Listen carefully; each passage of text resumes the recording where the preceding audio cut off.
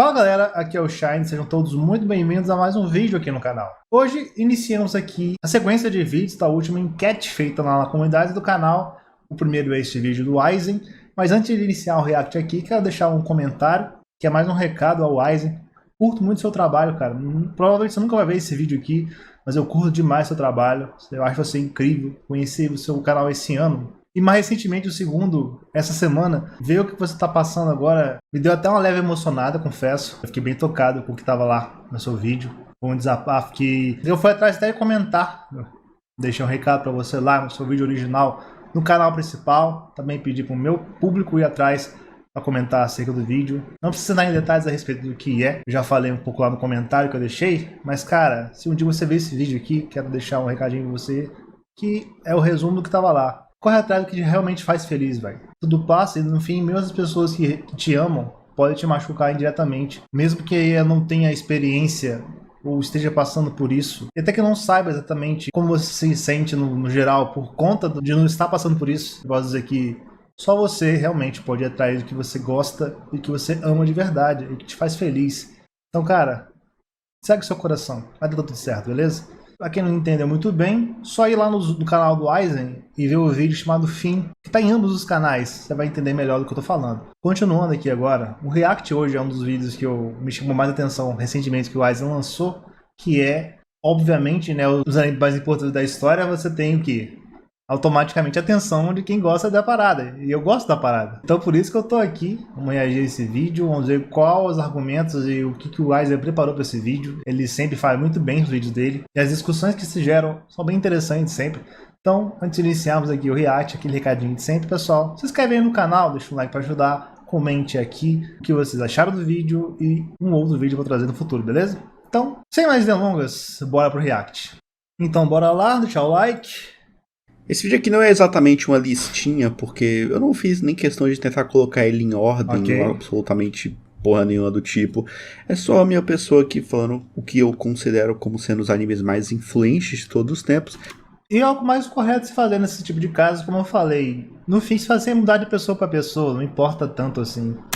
E eu nem coloquei todos, tá? Sim. Só coloquei alguns aqui pra usar como base. Ok. O que eu vou tentar tratar como influência, aqueles que fundamentaram as bases do seu respectivo gênero ou demografia, ou se tornaram simplesmente base para referências de todos que vieram depois, ou a maioria, ou aqueles que simplesmente são sucessos absurdos que muitas vezes são o primeiro anime da maioria dos jovens adultos de hoje em dia. Okay. Aquela galera nascida nos anos acho que deu pra entender, né? No final dos anos. Sei lá, se ele citar Dragon Ball aqui, o que provavelmente vai estar na thumb, vocês entenderam, né? Anos 90.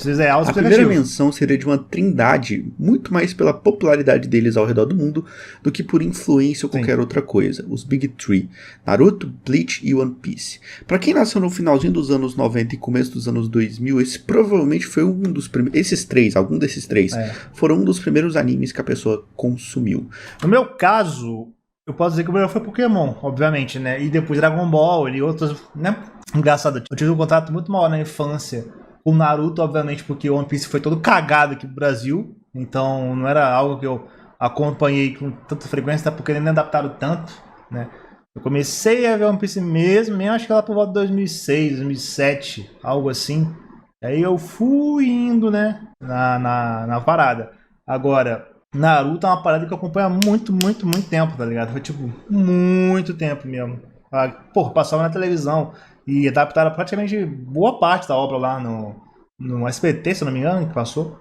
Por isso, se isso aqui fosse de fato uma lista com top 10 ou top 15 ou qualquer coisa do tipo, os Big Three provavelmente ficariam em último lugar, porque sua participação é quase inteira pela popularidade que eles tiveram na época, ajudando a Jump a se manter relevante no cenário de vendas de mangá e ajudando a popularizar cada vez mais os animes pelo mundo. Desses três, talvez o que tenha sido mais bem sucedido aqui no Brasil foi, com certeza, Naruto. Outro que vale a pena destacar pelo gênero específico... Maravilhoso! Eu acho essa capa aqui. Eu acho essa capa assim. Eu vou achar essa capa. Foda-se. Aí é foda, hein? Não tá na ordem correta esse caralho. Ha!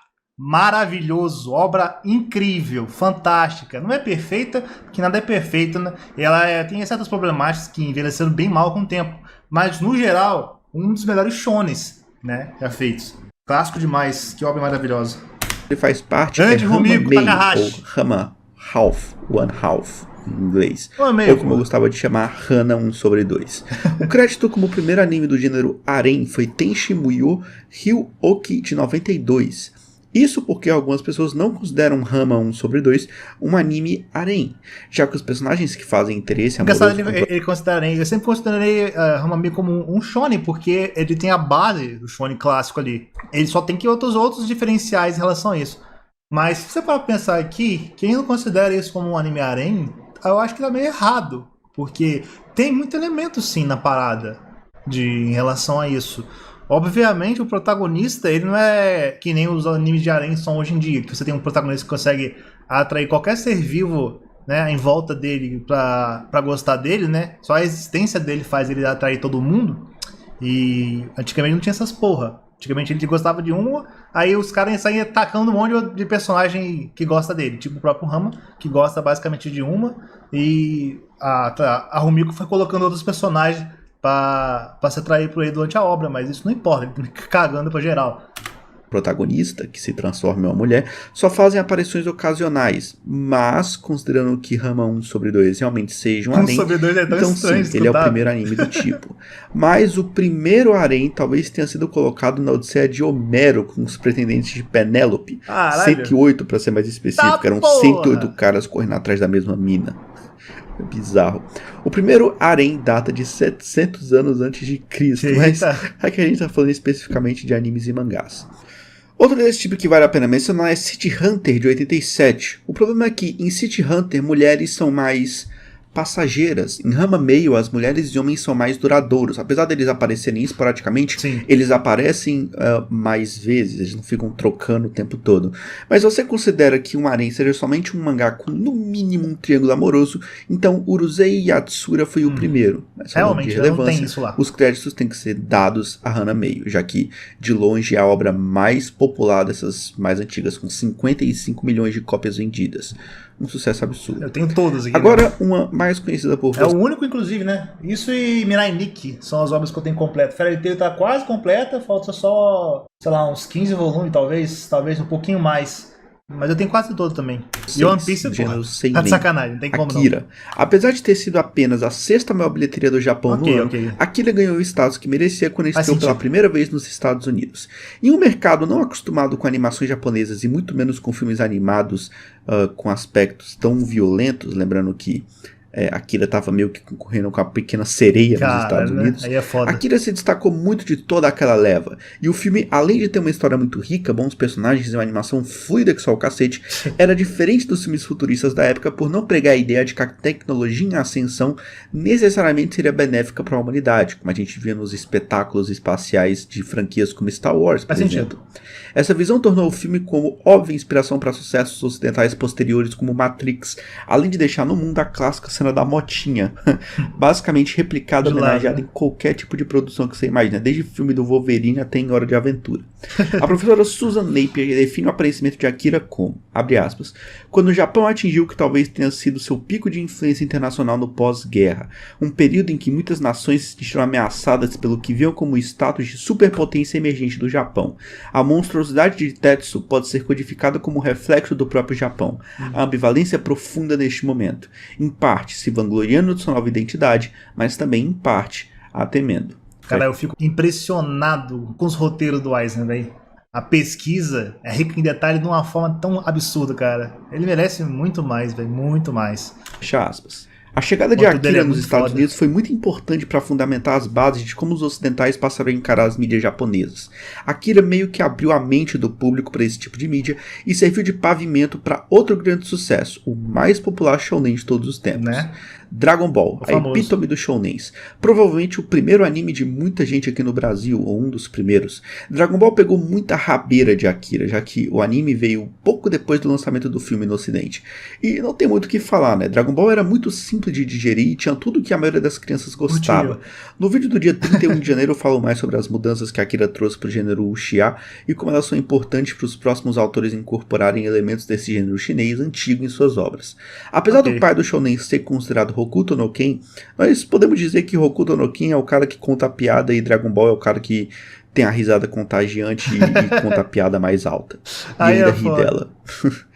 Vale a menção especial nesse vídeo a Suzumiya Haruhi no Yutsu. E por mais que não seja o primeiro anime adaptado de uma light novel, esse aqui é um caso de extremo sucesso que meio que popularizou essa moda de adaptar light novel em anime, que depois deu origem a animes como Re:Zero, que era um web novel antes, mais whatever, teve um light novel antes do anime, e Sword Art Online.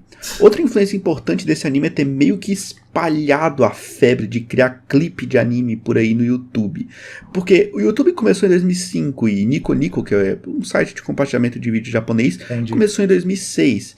Então Haruhi era um grande anime na época. Eu falo Haruhi, tá? Pode ser Harui ou qualquer coisa do tipo, mas enfim. Era um grande anime na época, que acabou ocasionando em vídeos datados de 2008 a 240p, com 4 milhões de views, porque tem duas personagens, três, na verdade, personagens animadas dançando, e uma coreografia extremamente bem animada, por sinal. Se Rock Lee vs Gaara virou um patrimônio da internet, você pode agradecer a Haruhi. A Princesa e o Cavaleiro e Astro Boy são duas obras relevantes e importantes, cada uma à sua maneira. Astro Boy, por ser o primeiro anime shounen baseado em um mangá, estabelecer técnicas de animação para baratear os episódios e por ter praticamente criado o formato ultra comum de olhos que seria amplamente usado pelo resto da indústria. E A Princesa e o Cavaleiro tem sua importância por ser o primeiro mangá shoujo girl power. Em uma época onde esse tipo de história era um monte de mangá de comédia boba, então o Tezuka criou uma história coesa com um protagonista forte. Esse tipo de obra no futuro acabou influenciando a maioria dos mangás e animes onde a protagonista é uma mulher bem forte, como por exemplo Kill la Kill. Falando de Girl Power, tem também a série shoujo mais popular de todos os tempos, Sailor Moon. Influenciada por A Princesa e o Cavaleiro, Sailor Moon revitalizou completamente a maneira como o público enxergava um típico mangá shoujo. Foi o primeiro mangá a popularizar o grupo de garotas mágicas. Esse tipo de grupo serviria de referência para desenhos e animes, desenhos eu falo assim, desenhos tipo americanos e gringos no geral, mas e a criação do gênero de Mahou Shoujo, né, posteriormente. Pensa, por exemplo, pra Precure, eu acho que eu falei meio estranho, mas tá aparecendo aí na tela. E, pasmem, Clube das Winx. Sailor Moon é uma série muito apreciada pelo público masculino também, inclusive esse que vos fala. Outras duas histórias super importantes são Gundam e Neo Genesis. É engraçado ele falando isso daí, é algo comum, eu acho uma grande bobagem você tentar definir o gosto pessoal de alguém em relação ao como teoricamente a parada é feita para determinado público. Isso não existe, velho. É evidente que você sempre tem no mercado um tipo de público que você visa atingir, mas não significa que o negócio é exclusivamente feito para aquele tipo de público. Senão, eu não jogava Pokémon até hoje. Simples assim. A Nintendo, ela acha que ela faz os jogos dela para público infantil. E não tá errado em pensar nisso, não. Mas, obviamente, a grande maioria dela ainda é um pedaço de maçante do pessoal que acompanha e consome a franquia. Gente que veio crescendo com a parada. Tanto isso, como diversas outras obras que miram em público-alvo, às vezes vão totalmente ao inverso. Acontece. Evangelion ou Evangelion. Eu vou chamar de Evangelion. Foda-se. Apesar dos dois serem considerados mechas muito importantes. Eu gosto de lembrar. Eu não sou muito de ficar pegando pesado com pronúncia de alguém. Bobagem. Você é brasileiro, porra. Lê do jeito que você quiser, velho. Tá acostumado a falar na forma? Fala. Bobagem ficar reclamando, enchendo o saco. É esquisito algumas pronúncias? Mas foda-se, cara. Pelo amor de Deus, tanta bobagem pra ficar se irritando. Sua influência vai muito além disso. Gundam é uma aula sobre como tratar merchandising design de uma produção, vendendo todo tipo de item associado à sua história, como boneco, caneca, caderno e a porra toda. Além de ter estabelecido os padrões para a luta de robô gigante que a gente vê nos animes. Evangelion vem de um contexto muito diferente. Nos anos 90, a economia japonesa entrou em colapso com a bolha econômica que estourou no país e muitos estúdios e empresas tiveram que fechar suas portas. Alguns conseguiram até sobreviver, como o estúdio desse senhorzinho que tá aparecendo no vídeo aí. Nessa época, fazer uma série de anime era mais barato do que tentar fazer um filme muito bem produzido e tal. Então, desse tipo de contexto de crise econômica, surgiu Evangelion. Evangelion abriu as portas para a popularização de séries de animes exclusivas para TV. E apesar de ter um mangá que começou sua publicação antes do anime estrear, dizem as más línguas que a história foi o seguinte: Hideki Anno criou a história para o anime e ele começou a escrever os primeiros episódios e tal, e durante a produção eles decidem anunciar Evangelion por meio de um mangá. e dão pro Sadamoto o enredo que eles tinham criado até aquele momento. Daí o público recebe os primeiros 2 volumes do mangá que são baseados no anime. O anime então vai ao ar e termina. O mangá para de ser escrito e é retomado muito mais tarde por causa da demanda popular. Então, para resumir, o mangá é baseado no que tinha sido concluído na época em que o anime estava em produção, e em seguida a história é baseada nos eventos do anime após a conclusão do anime. Uma série em anime direto para a TV não era muito comum, geralmente os estúdios faziam filmes e não séries de 20 e poucos episódios, eles não se permitiam arriscar Naquela tanto. época, né? Todo o problema social Sempre causado pela caro, quebra né, da economia japonesa acabou ficando bem refletido no personagem e ambiente de Evangelion, o que ajudou os espectadores, principalmente os japoneses, a se familiarizarem com o mangá. Carregava temáticas bem profundas, o que também acabou atraindo um público bem mais adulto. Evangelion é tipo Star Wars, só que para japoneses. Okay. Sua influência na sociedade japonesa é tanta que é comum ver trens balas com as cores da unidade 01. Sinceramente, levando em conta a importância para a sociedade japonesa, Evangelion pode muito bem ser considerado o mais importante de todos os tempos. Caralho. Mas eu acho que por hoje é isso. Faltaram várias menções aqui, como Pokémon, por influenciar todo esse termo de criaturas de bolso, que depois influenciou histórias como Bakugan, que é meio merda, por sinal. Mas tem outras como Lupin, Devilman, Samurai X, Cowboy Bebop, os filmes do Miyazaki, Slandunk, Ashitano Joe e etc. Mas por hoje é isso. É um tema que eu gostaria que ele falasse até num segundo vídeo, por que não? É esse tipo de papo que é sempre bom ter, tá ligado? E é muita coisa pra poder fazer um vídeo só. Talvez se ele fizesse um vídeo de 40 minutos, mas é que seria difícil de engajar, vídeo assim. Então eu entendo, cara. Ficou maravilhoso. Muito foda. Muito bom lembrar dessas coisas. Amei a citação de Rama Meio, cara.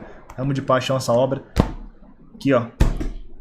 Inclusive, eu tenho que voltar a ler isso aqui. Muitos anos que eu não leio. Uma das poucas obras que eu tenho tudo. Eu tenho o anime todo, das 2 versões, em português, né, em dublado, e a original em japonês até onde acabou, né, até onde foi, não adaptaram tudo.